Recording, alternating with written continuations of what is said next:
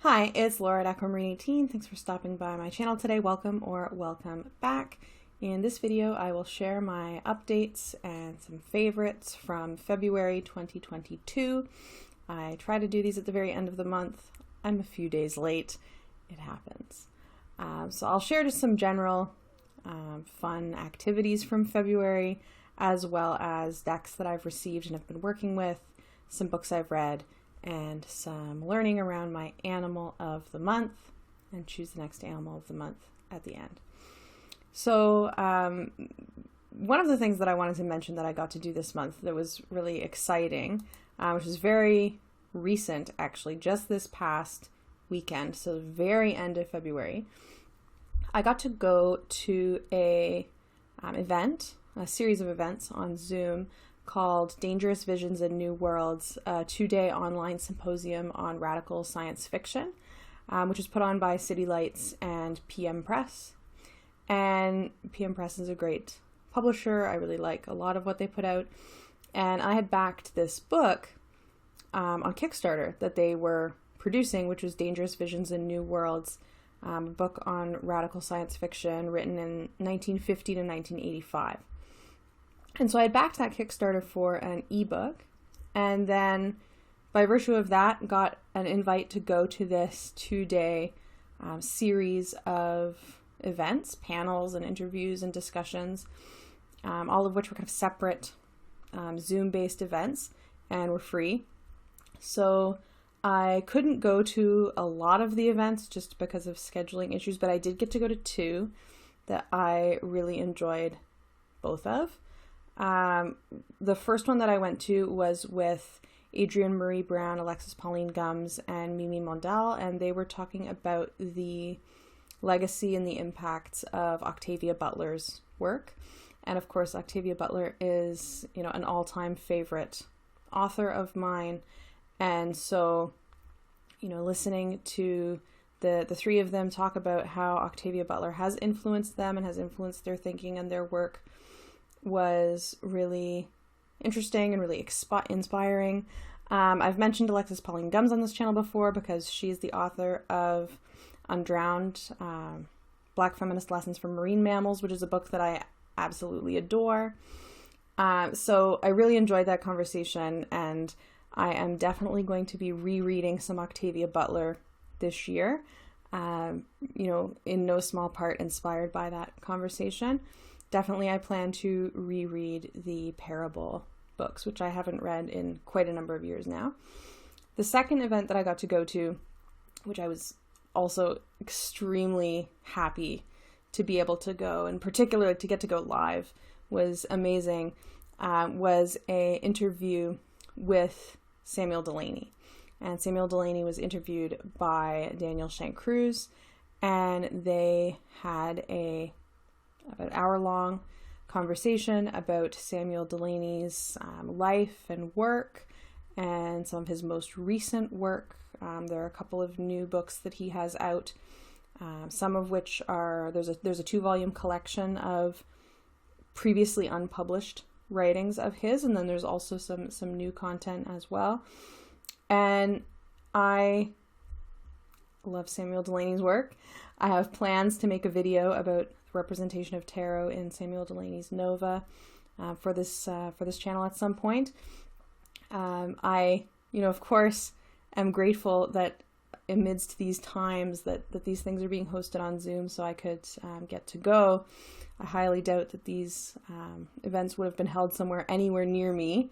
If they were in person, I probably wouldn't have gotten to go. Of course, I couldn't, get my book signed because it was Zoom, but I really, really enjoyed these. And I learned at the end that the recordings of these sessions are going to be posted publicly. So I will put links below to these videos, and I'm assuming there'll probably be a playlist from the symposium. I'll put a link down there when it's posted. At the time of me filming, it's not posted yet, but these were really, really good. I'm still, my mind is very, very much still on the conversations that happened in both of these events, and I'm reading an autobiographical book of Samuel Delany's right now, so I'm sure I'll have more to say on that next month. I've also been taking, and I'm 3/4 of the way finished, Kelly Fitzgerald of the Truth in Stories class, Walk in the Woods class, exploring folk tales. And so this is a 4 weeks talking about folk tales, exploring writing folk tales, different kinds of folklore, like fables, for example. We learned some tarot or oracle spreads that we could use to explore folklore or to even write our own tales if we would like to. And this has been a really great class. I wasn't quite sure what to expect. I've taken divination learning related classes with Kelly before, and they're fantastic. This was totally new for me, but it's been great to be thinking creatively and getting a bit outside the box and thinking about what storytelling does and what stories do in the world. It's been really inspiring, and the reading has been great. So I'm looking forward to the last class this weekend as well. That's my general highlights, I would say, for the month. Otherwise, it's just been, a lot of work and the usual going on for me. Though I will share, actually, the last thing that I will share, because this will be in my next video that I post. I did, in the month of February, complete work on a deck that I've created just for myself, and I have sent it off to make playing cards to have it printed. And so I will be unboxing my deck, and I'll share it with you when it's here. That was really exciting, creative project that I'm hoping will turn out well. I'm excited. On to decks that I've been working with or received this month. In terms of decks I've been working with this month, I've been a bit all over the place, admittedly. I have been maintaining a practice of a card of the day, sometimes 2 cards of the day, sometimes an ogham of the day, depending on what I feel like working with. And I've just been kind of taking decks off my shelf that call to me at any given time. So I have worked with the Urban Crow Oracle this month. I've worked with the Pacific Northwest Tarot this month, Phenomena Oracle this month. I've worked with L'Oracle des Reflets this month. For shorter periods, for like a week each, generally, picking my card of the day. So all over the place. But the deck that I've been working with most this month, since it arrived, that is one of 2 decks that I received this month, is the La Flora Tarot by Yara Cortez. I have done a walkthrough of this deck. It is a black and white flower-based deck, as the name La Flora Tarot suggests. I really like this deck a lot. I am extremely book dependent with it. So I've been enjoying getting to know the deck and the book at the same time. It looks really beautiful laid out in a spread, and it is an absolute dream to shuffle. I am definitely, when it comes to the cardstock, I'm definitely feeling more and more and more that I am a linen cardstock person. I really like shuffling this deck. So that has been really great to work with, and it's still sitting out on my reading table now. I will continue to work with it into the month of March, I have no doubt. The other deck that I received this month, which I had planned to do an unboxing for and to share, and I had even started filming one that kind of went not as intended. I picked up a little deck called Mini Taroki Igati. This is a little majors only, very mini cat deck.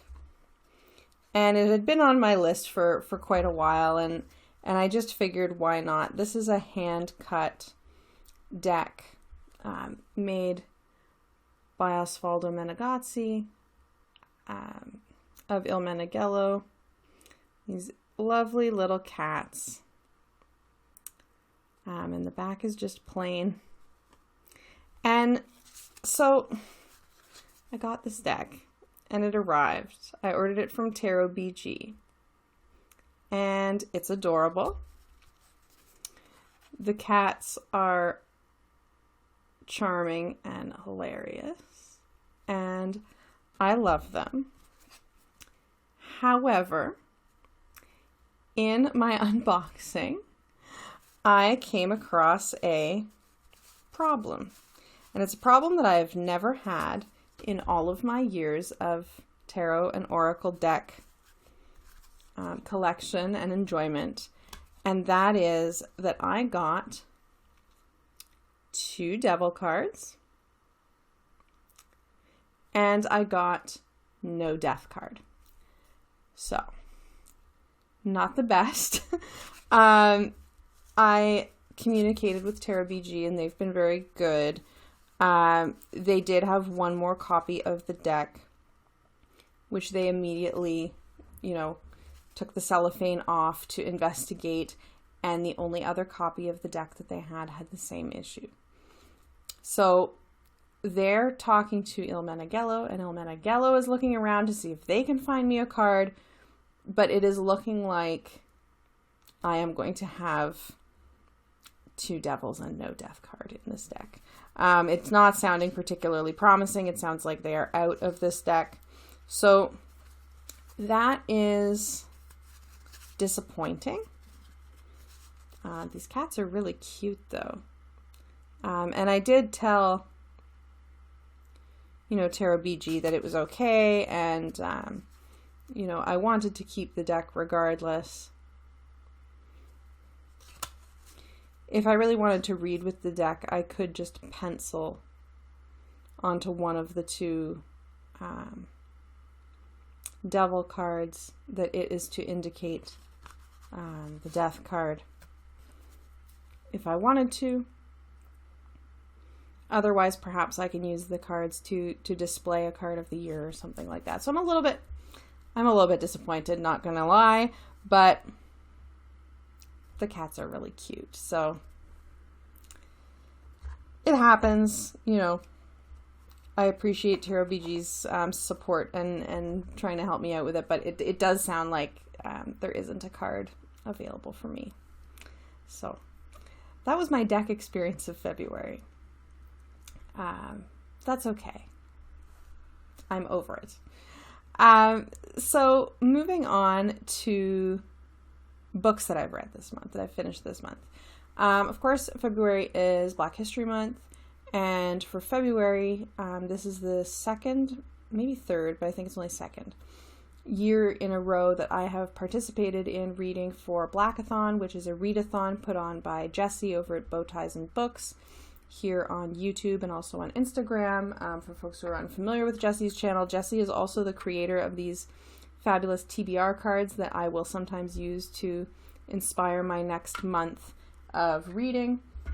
And so there's lots of different prompts for different genres to pick from to inspire the reading and celebration of books by Black authors featuring Black protagonists. And I, of course, went straight for the prompts associated with Team Sci-Fi Fantasy, and I read 5 books. But I made a video all about that, and it's already posted to my channel. So if you would like to hear about the fantastic sci-fi fantasy books that I read for Blackathon, you can go check that one out.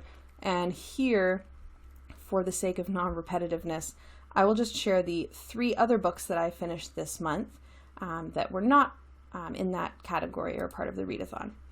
So with Katie Flowers' Blossom Book Club, I read The Cat Who Saved Books by Sasuke Natsukawa. And when we had the poll to vote for which book we would read for February, I just read the title, The Cat Who Saved Books, and immediately voted for it. I didn't know what the book was about. I frankly didn't care what the book was about. It had a cat and it had books, and I just was like, yeah, of course I'll go for this, right? And the book follows a young boy, Rintaro, who's recently lost his grandfather, who owned a secondhand bookshop. And he is processing that loss and, looking at the bookshop needing to, close down.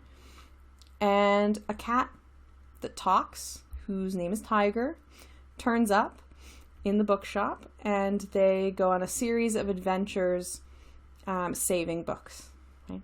From different people who, in the context of the book, are deemed to be perhaps not taking care of books very well, or things like this. So there's a series of these little adventures. And, some of the people they were saving books from, I didn't necessarily think were doing anything particularly egregious. But it's a book that I think could prompt a lot of reflection and a lot of thinking around reading and around, which books get published and why, which books get celebrated and why. It certainly addressed some themes that I deal with in my work in education, thinking about excerpting and abridging books, for example, is something that comes up in there. And I found it to be charming, and I enjoyed it, and it was a very quick read. So if a talking cat who is a little bit snarky and who cares about books a lot, is a reading topic that interests you, then The Cat Who Saved Books by Susuke Natsukawa may be the book for you. Also this month, I read a novella that I had been waiting for very eagerly because it was a sequel, just came out this year, Sisters of the Forsaken Stars by Lena Rather. This is a sequel to an earlier novella, Sisters of the Vast Black.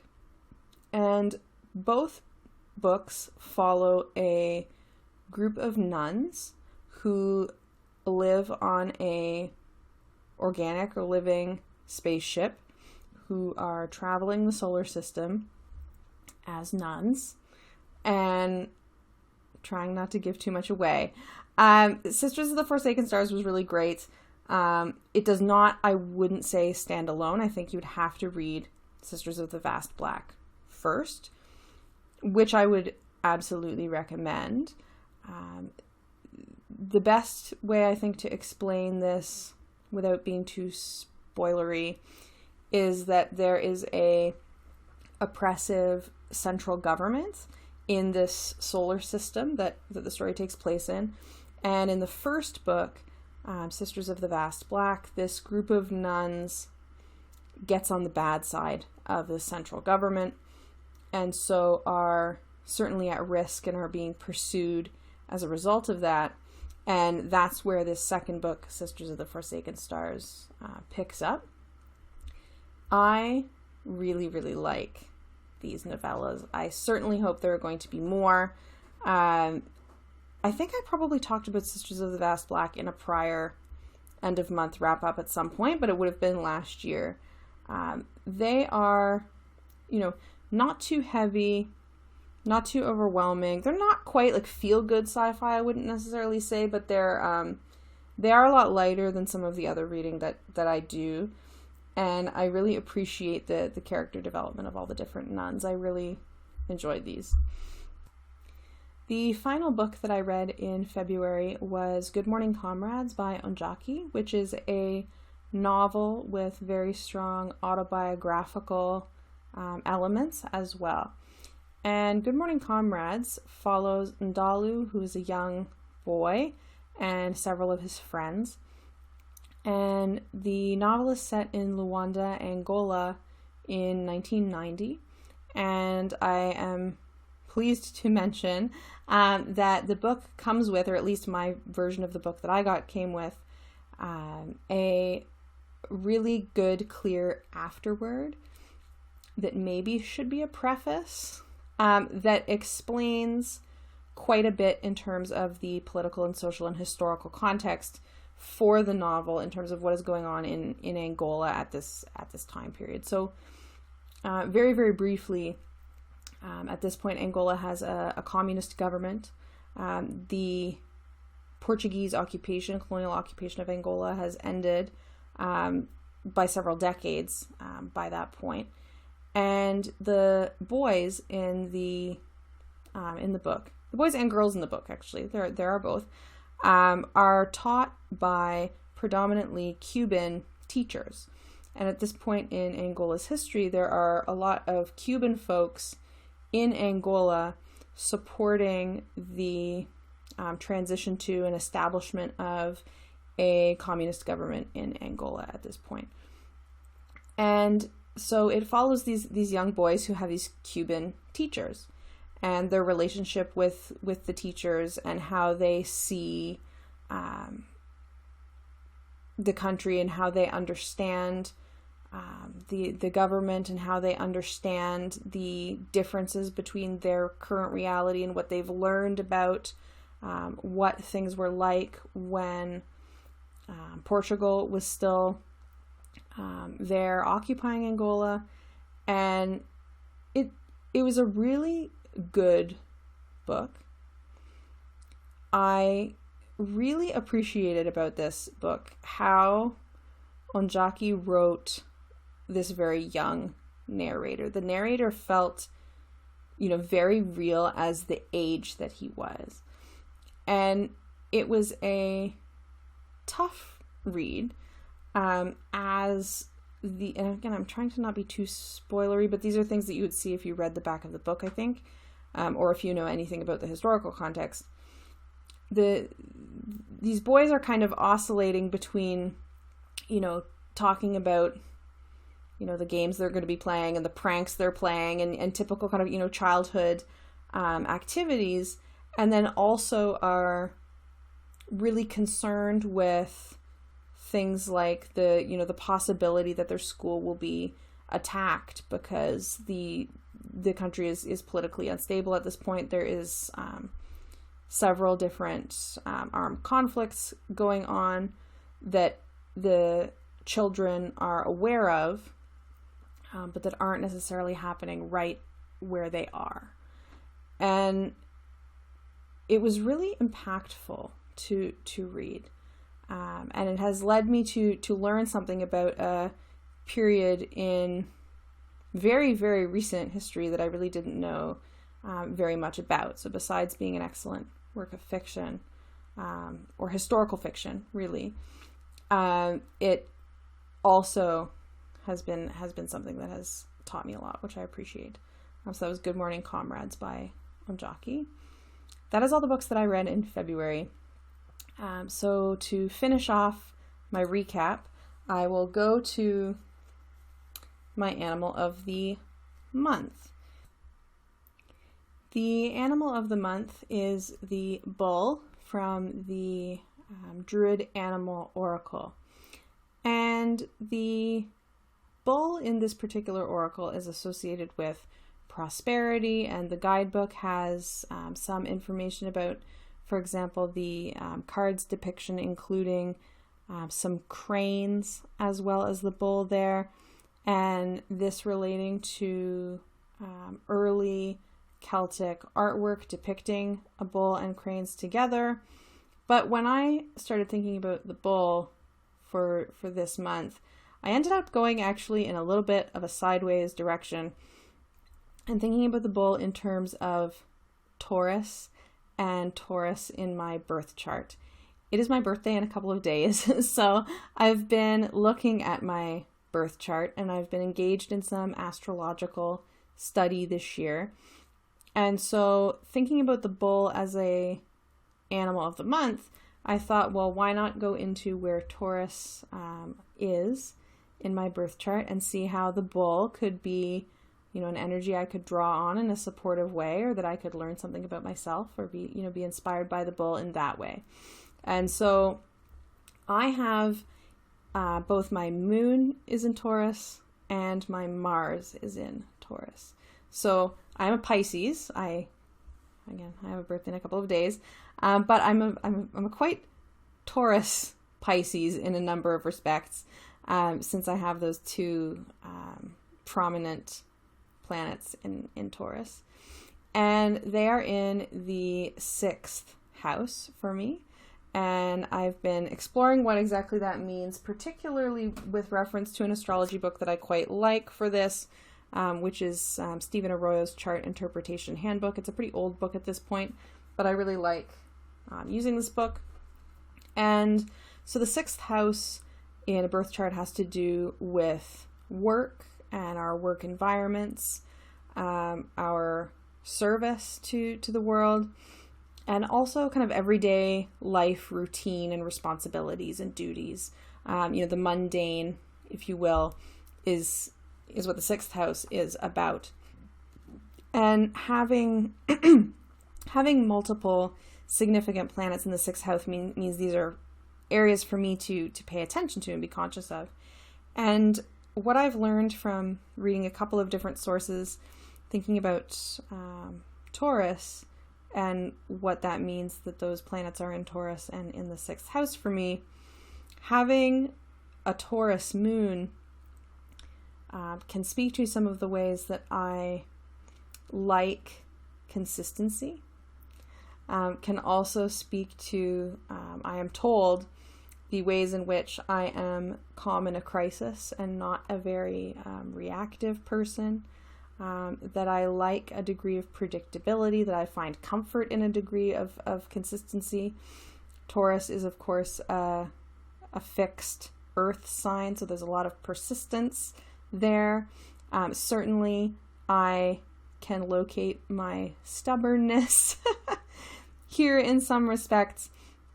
And my Mars is in the 6th house in Taurus as well. And so I think that what this suggests for me anyway, and this is, again, I'm a very much beginner when it comes to astrology. So you can tell me if you think of anything in particular about my Mars and my moon being in Taurus in the 6th house. But my Mars being there means that the 6th house can be somewhere that I am ideally energized. I can really feel a lot of initiative. And that I can definitely make sense of in the sense that for me, when it comes to work and my work life, I really need to feel into what I'm doing. And I need to feel like I care about what I'm doing and like I'm invested in what I'm doing in order for the work to happen, and particularly in order for the work to happen well. The Taurus energy there, I think, suggests that my initiative and energy in the ways that Mars represents tends to be more steady than not. Taurus, there's a sense of slow and steady, kind of persistence and sticking with something, as opposed to kind of the burst of energy that say a cardinal sign would have. The fixed sign is much more consistent and constant. But it also, I think, could suggest, and I definitely feel this, that I can tend to get in ruts and not go after things because I can get comfortable and get fixed and, stay in things. And so thinking about how much bull or Taurus energy that I have in my chart, and particularly in the 6th house in terms of thinking about work, has been inspiring for me this month, because something that I have been working on this month is job applications. And job applications certainly require the persistence and sticking to it that I can draw from the energy of Taurus the bull. So that is what I learned this month, rather last month, because now it is March. So I will finish off by picking a card for March. I'm leaving out the animals that I've already had, so that I can have a different animal each month of the year from this Druid Animal Oracle. And we'll see who is going to turn up as an animal of the month for my birthday month. Oh, I'll take the card that leapt off the pile. Wren. I don't know much about wrens. That will be an interesting one. I like that there's a little nest there. And I wonder what the booklet will have to say about that lightning, maybe we'll just have a peek at the guidebook to see the keywords associated with Ren.